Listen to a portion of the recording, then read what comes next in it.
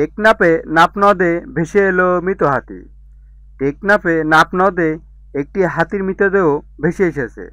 সোমবার বিকেলে টেকনাফে নাপ নদীর হিলা জলিয়া পয়েন্টে একটি মৃত হাতি ভেসে আসে। বনবিট কর্মকর্তা সাজ্জাদ হোসেন জানান, ঊর্ধ্বতন কর্তৃপক্ষের সাথে কথা বলে পরিবেশ দূষণ রোধে মৃত হাতিটি মাটিতে পুঁতে ফেলার ব্যবস্থা নেওয়া হয়েছে।